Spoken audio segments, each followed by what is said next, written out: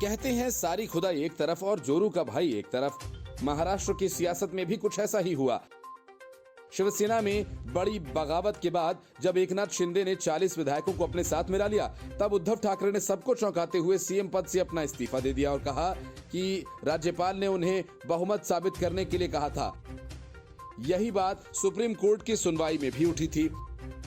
राज्यपाल ने उद्धव ठाकरे को बहुमत साबित करने के लिए कहकर गलत काम किया है, लेकिन एकनाथ शिंदे की अगुवाई वाली शिवसेना के विधायक सुहास कांदे ने जो दावा किया वो सभी को चौंकाने वाला है। उनका यह दावा है कि उद्धव ठाकरे ने अपने साले को बचाने के लिए सीएम पद से इस्तीफा दिया।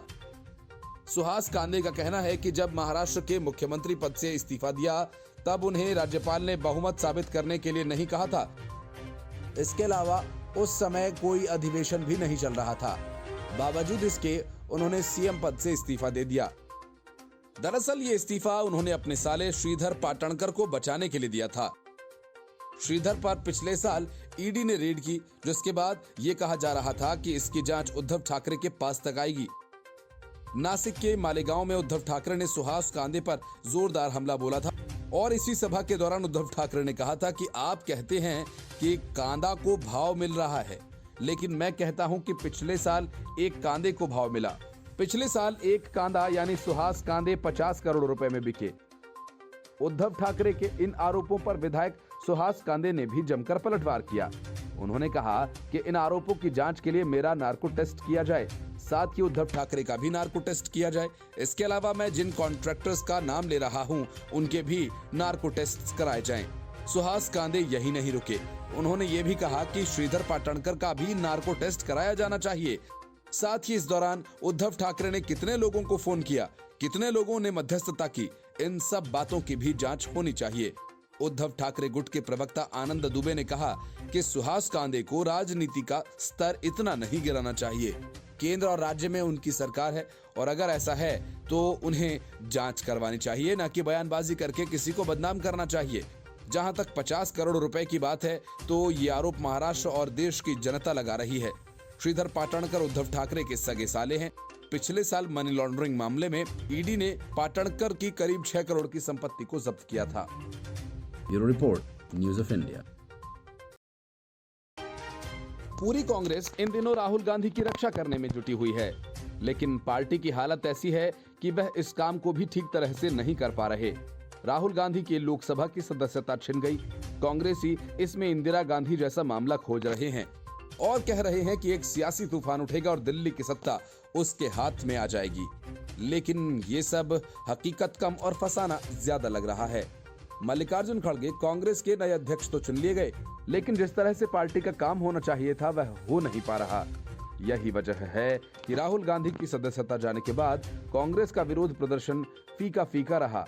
पार्टी असमंजस के दौर से गुजर रही है। किसी नेता को ये तक पता नहीं कि उसे आगे करना क्या है। इस बात को लेकर पार्टी में नाराजगी बढ़ने लगी है। सूत्रों का कहना है कि खड़गे डेली वेज के आधार पर काम कर रहे हैं। ना उनके पास कोई रोड मैप है और ना ही पार्टी के नेताओं के पास कोई स्पष्ट निर्देश। रायपुर अधिवेशन के बाद माना जा रहा था कि पार्टी के अंदर बड़े बदलाव जल्द होंगे। उस अधिवेशन को 1 महीना बीत जाने के बाद भी बदलाव नहीं दिख रहा। मल्लिकार्जुन खड़गे अब तक अपनी टीम नहीं बना पाए हैं। वजह गांधी परिवार को माना जा रहा है। उधर से जैसा इशारा मिल रहा है खड़गे उसी हिसाब से काम कर रहे हैं। लेकिन कर्नाटक का चुनाव करीब है और कांग्रेस की टीम अब तक बन नहीं पाई है। न तो वर्किंग कमेटी का पुनर्गठन हुआ और न ही महासचिवों की तैनाती की गई। मतलब कि खड़गे के अध्यक्ष बन जाने के बावजूद कांग्रेस उसी पहले वाले अंदाज में चल रही है। माना यह जा रहा है कि इसका नतीजा पार्टी को कर्नाटक चुनाव में भुगतना पड़ सकता है। माना जा रहा है कि अगर नई टीम नहीं बनी तो 2024 के चुनाव में कांग्रेस को बड़े झटके लग सकते हैं। Bureau report, news of India. Rahul Gandhi इन दिनों जमकर सावरकर के खिलाफ बयानबाजी कर रहे हैं। उद्धव ठाकरे राहुल गांधी की बयानबाजी पर तब तक चुप्पी साधे बैठे रहे जब तक एकनाथ शिंदे ने राहुल गांधी के खिलाफ मोर्चा नहीं खोला। एकनाथ शिंदे ने राहुल गांधी को सीधा चेतावनी दे डाली, अगर उन्होंने अपनी बयानबाजी बंद नहीं की तो महाराष्ट्र की सड़कों पर उनका चलना मुश्किल कर दिया जाएगा। इसके बाद उद्धव ठाकरे के सामने कोई दूसरा रास्ता बचा नहीं था। नतीजतन उन्हें भी राहुल गांधी के खिलाफ बयान देना पड़ा। उद्धव ठाकरे ने राहुल गांधी को वीडी सावरकर का अपमान नहीं करने की चेतावनी दी और एमवीए गठबंधन से अलग हो जाने की धमकी भी दी। मालेगांव में एक रैली के दौरान उद्धव ठाकरे ने कहा कि सावरकर को नीचा दिखाने से विपक्षी गठबंधन में दरार पैदा होगी। सावरकर मेरे आदर्श हैं, इसलिए राहुल गांधी उनका अपमान करने से बचें। उद्धव ने कहा कि सावरकर ने 14 साल तक अंडमान सेल्युलर जेल में अकल्पनीय यातनाएं झेली। हम केवल पीड़ाओं को पढ़ सकते हैं, ये बलिदान का एक रूप है। हम सावरकर का अपमान बर्दाश्त नहीं करेंगे। अगर राहुल गांधी सावरकर की निंदा करना जारी रखते हैं तो विपक्षी गठबंधन में दरार आएगी। उद्धव ने बताया कि उद्धव गुट, कांग्रेस और एनसीपी का गठबंधन लोकतंत्र की रक्षा के लिए बना था और हमें एकजुट होकर काम करने की जरूरत है। राहुल गांधी को जानबूझकर उकसाया जा रहा है, लेकिन अगर हम इसमें समय बर्बाद करते हैं तो लोकतंत्र का अस्तित्व खत्म हो जाएगा। रैली के दौरान उद्धव ठाकरे ने कहा कि सावरकर के प्रति कोई भी अनादर बर्दाश्त नहीं किया जाएगा। हम लड़ने के लिए तैयार हैं, लेकिन अपने देवताओं का अपमान करना ऐसा ठीक नहीं है। हम बर्दाश्त नहीं करेंगे। उद्धव ठाकरे राहुल गांधी के उस बयान का जिक्र कर रहे थे जहां उन्होंने कहा था कि वह सावरकर नहीं गांधी हैं। मानहानि के मामले में सजा के बाद सांसद के रूप में अपनी योग्यता गंवाने के बाद राहुल गांधी ने कहा था कि मेरा नाम सावरकर नहीं, मेरा नाम गांधी है और गांधी किसी से माफी नहीं मांगते। Bureau report, news of India. आम आदमी पार्टी अरविंद केजरीवाल की पार्टी के सांसद राघव चड्ढा के चर्चे सोशल मीडिया पर काफी हैं। कहा जा रहा है कि अभिनेत्री परिणीति चोपड़ा के साथ राघव चड्ढा डेटिंग कर रहे हैं, लेकिन पूछे जाने पर राघव चड्ढा ने किसी से कुछ नहीं कहा। इस मामले पर राज्यसभा के सत्र के दौरान स्पीकर जगदीप धनखड़ ने भी राघव चड्ढा के मजे लिए। जब राघव चड्ढा ने स्पीकर से बोलने के लिए समय मांगा तो स्पीकर जगदीप धनखड़ ने मुस्कुराते हुए कहा कि आप थम जाइए, आप पहले से ही सोशल मीडिया पर खूब छाए हुए हैं, ये आपके लिए शांत रहने के दिन हो सकते हैं। पिछले कुछ दिनों से दोनों की डेट्स करने के कयास लगाए जा रहे हैं। परिणीति चोपड़ा और राघव चड्ढा ने इन कयासों को लेकर किसी भी तरह की कोई बात नहीं कही। हालांकि जब राघव चड्ढा से अभिनेत्री के बारे में पूछा गया तो उन्होंने इसका कोई जवाब नहीं दिया था। 23 मार्च को राघव चड्ढा से अभिनेत्री और उनकी लगातार मुलाकातों के बारे में पूछा गया था। इस पर उन्होंने मुस्कुराते हुए जवाब दिया कि आप मुझसे राजनीति के सवाल करें, परिणीति के सवाल न करें। राघव चड्ढा ट्विटर पर सिर्फ 44 लोगों को फॉलो करते हैं, जिनमें से 2 बॉलीवुड से हैं। इनमें से एक गुलपनाग है जो आम आदमी पार्टी की सदस्य भी हैं और दूसरी परिणीति चोपड़ा हैं। हालांकि दोनों ने अभी तक अपनी मुलाकातों और वायरल हो रहे फोटोज को लेकर किसी भी तरह का कोई बयान नहीं दिया है। Bureau report, news of India. इसी सत्ता पाने की हड़बड़ी कहें या लगातार चुनाव हारने की खींच, यूपी कांग्रेस के अध्यक्ष बृजलाल खबरी से लेकर कर्नाटक के पूर्व सीएम सिद्धरमैया तक अपनी ही पार्टी के कार्यकर्ताओं पर थप्पड़ चला देते हैं, तो दूसरी तरफ राहुल गांधी पत्रकारों को अपमानित करते हैं। ताजा मामला दिग्विजय सिंह का है, जो राहुल गांधी के अंदाज में ही पत्रकारों से उलझ गए। दिग्विजय सिंह का एक वीडियो सोशल मीडिया पर वायरल हो रहा है, जिसमें एक प्रेस कॉन्फ्रेंस के दौरान मीडिया कर्मचारियों पर भड़कते हुए नजर आ रहे हैं।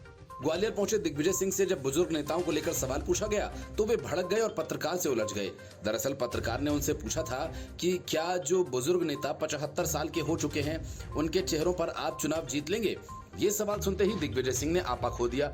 पत्रकार ने दिग्विजय सिंह से सवाल पूछा कि पार्टी के कई युवा नेता नाराज चल रहे हैं क्योंकि उन्हें मौका नहीं मिल पा रहा, तो क्या कांग्रेस 75 साल के नेताओं के चेहरे पर चुनाव जीत पाएगी?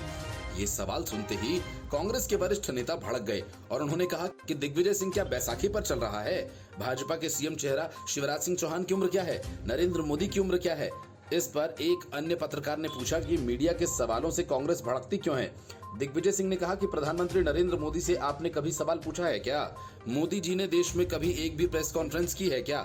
इस पर पत्रकारों ने कहा कि वह जब ग्वालियर आएंगे तो हम जरूर उनसे सवाल पूछेंगे। दिग्विजय सिंह और पत्रकारों के बीच हुई बहस का वीडियो सोशल मीडिया पर वायरल है और इस पर लोग अपनी प्रतिक्रिया भी दे रहे हैं। मध्य प्रदेश के गृह मंत्री नरोत्तम मिश्रा ने दिग्विजय सिंह पर पलटवार करते हुए कहा कि दिल्ली में राहुल गांधी ने मीडिया का अपमान किया और अब दिग्विजय सिंह ने कर दिया। ऐसा नहीं है, ये अभी कर रहे हैं। इमरजेंसी से लेकर अभी तक कांग्रेस के लोग मीडिया का अपमान करते आए हैं। कांग्रेस हमेशा से लोकतंत्र के चौथे स्तंभ का अपमान करती आई है। नरेंद्र सलूजा ने लिखा कि अब दिग्विजय सिंह जी ग्वालियर में उम्र के सवाल पर मीडिया पर भड़के, पता नहीं कांग्रेस को मीडिया के सवालों से क्या तकलीफ है।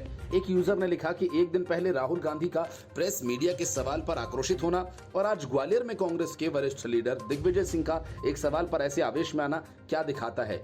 क्या ये सही है? एक यूजर ने लिखा कि कुछ पत्रकारों का बहिष्कार किया जाना भी चाहिए, लेकिन पत्रकारों पर अधिक और अपमानजनक टिप्पणी करना कांग्रेस के लिए नुकसानदायक भी हो सकता है। राहुल गांधी की सदस्यता छिन गई तो कांग्रेस से भी 2 कदम आगे बढ़कर अरविंद केजरीवाल राहुल गांधी के लिए बैटिंग कर रहे हैं। यहां तक कि वे कई विपक्षी पार्टियों के साथ आपराधिक मानहानि कानून के खिलाफ सुप्रीम कोर्ट पहुंच गए। उनका तर्क ये है कि लोकतंत्र खतरे में है, इसको बचाना है, इसलिए सबको एकजुट होना पड़ेगा। लेकिन असली मामला कुछ और है। असल में अरविंद केजरीवाल खुद जनप्रतिनिधित्व कानून के तहत आचार संहिता के उल्लंघन के मामले में बुरी तरह से उलझे हुए हैं। उनकी विधायकी और सीएम की कुर्सी दोनों ही खतरे में है। इलाहाबाद हाईकोर्ट ने भी उनको आरोप मुक्त करने से मना कर दिया। मामला सुल्तानपुर कोर्ट में है, लेकिन उसकी सुनवाई पर सुप्रीम कोर्ट की रोक लगी है। सुप्रीम कोर्ट में एक बार फिर इस मामले की सुनवाई टल गई। अब इस मामले की सुनवाई मई में होगी और तब तक सुल्तानपुर कोर्ट में इस मामले की सुनवाई रुकी रहेगी। अरविंद केजरीवाल ने इस केस में इलाहाबाद हाईकोर्ट से राहत की अर्जी खारिज होने के बाद आरोप मुक्त होने के लिए सुप्रीम कोर्ट का रुख किया। 2014 में चुनाव प्रचार के दौरान केजरीवाल ने अपने बयान में कहा था कि जो भाजपा को वोट देगा उसे खुदा भी माफ नहीं करेगा। इस बयान के बाद उनके खिलाफ जनप्रतिनिधित्व अधिनियम की धारा 125 के तहत चुनाव आचार संहिता के उल्लंघन को लेकर एफआईआर दर्ज कराई गई। कोर्ट में केजरीवाल की ओर से पेश अधिवक्ता विवेक जैन ने कहा कि याचिका कानून के कुछ महत्वपूर्ण प्रश्न उठाती है, जिसमें यह भी शामिल है कि क्या अधिनियम की धारा 125 के तहत कोई वीडियो क्लिप या अभियुक्त द्वारा दिए गए कथित भाषण की पूरी प्रतिलिपि के बिना मामला दायर किया जा सकता है। केजरीवाल की ओर से कहा गया कि उक्त विलंबित शिकायत में केवल आदर्श आचार संहिता के उल्लंघन का आरोप लगाया गया था। इसलिए हालांकि पुलिस ने उसी दिन धारा 125 आरपी अधिनियम के तहत एफआईआर दर्ज की, जो किसी स्वतंत्र जांच के बिना किया गया था। इससे ये स्पष्ट होता है कि कार्रवाई पक्षपात और पुलिस द्वारा जल्दबाजी में की गई। Bureau report, news of India. सत्ता छिन जाने के बाद अब राहुल गांधी पर बंगला खाली करने की तलवार लटक गई है। राहुल गांधी को सरकारी बंगला खाली करने का नोटिस जारी कर दिया गया है। संसद सदस्यता जाने के बाद लोकसभा की हाउस कमेटी ने राहुल गांधी को ये नोटिस जारी किया। राहुल गांधी 12 तुगलक लेन वाले सरकारी बंगले में रह रहे हैं। राहुल गांधी को 22 अप्रैल तक अपना सरकारी आवास खाली करना होगा। नोटिस के मुताबिक डिस्क्वालिफिकेशन के 1 महीने के अंदर राहुल गांधी को अपना सरकारी आवास खाली करना है। इसके पहले सरकारी बंगले में रह रही प्रियंका गांधी वाड्रा से भी सरकारी बंगला खाली करवाया गया था। तब इस मामले को लेकर सियासत भी खूब हुई थी, लेकिन आखिरकार प्रियंका गांधी वाड्रा ने बंगला खाली कर दिया। राहुल गांधी को बंगला खाली करने के लिए नोटिस जारी किए जाने के बाद कांग्रेस इस मामले पर चुप होकर तो बैठने वाली नहीं है। माना यह जा रहा है कि कांग्रेस की ये पूरी कोशिश रहेगी कि राहुल गांधी को बंगला नहीं खाली करना पड़े। सूरत की एक अदालत ने मोदी सरनेम से संबंधित टिप्पणी को लेकर कांग्रेस नेता राहुल गांधी के खिलाफ 2019 में दर्ज आपराधिक मानहानि के एक मामले में उन्हें दोषी ठहराया था और 2 साल के कारावास की सजा सुनाई थी। इसके बाद राहुल गांधी को लोकसभा की सदस्यता से अयोग्य घोषित कर दिया गया था। लोकसभा सचिवालय की ओर से जारी अधिसूचना में कहा गया था कि उनकी अयोग्यता संबंधी आदेश 23 मार्च से प्रभावी होगा। लोकसभा की सदस्यता से अयोग्य ठहराए जाने के 1 दिन बाद राहुल गांधी ने कहा था कि वह संसद के सदस्य रहें या न रहें, या फिर उन्हें जेल ही में क्यों न डाल दिया जाए, वह लोकतंत्र की लड़ाई लड़ते रहेंगे। उन्होंने ये भी कहा कि वह डरने वाले नहीं है और माफी नहीं मांगेंगे, क्योंकि उनका नाम सावरकर नहीं गांधी है और गांधी माफी नहीं मांगते। राहुल गांधी ने कहा था कि भारतीय जनता पार्टी अडानी समूह से जुड़े सवालों से ध्यान भटकाने के लिए उन पर ओबीसी समुदाय के अपमान का आरोप लगा रही है। असली सवाल यह है कि अडानी समूह में 20,000 करोड़ रुपए का निवेश किया गया और वो पैसा किसका है। उन्होंने दावा किया कि उन्हें लोकसभा की सदस्यता से अयोग्य ठहराया गया क्योंकि प्रधानमंत्री नरेंद्र मोदी इससे डरे हुए थे, क्योंकि वह सदन में अडानी मामले पर अपना अगला भाषण देने वाले थे। Bureau report, news of India.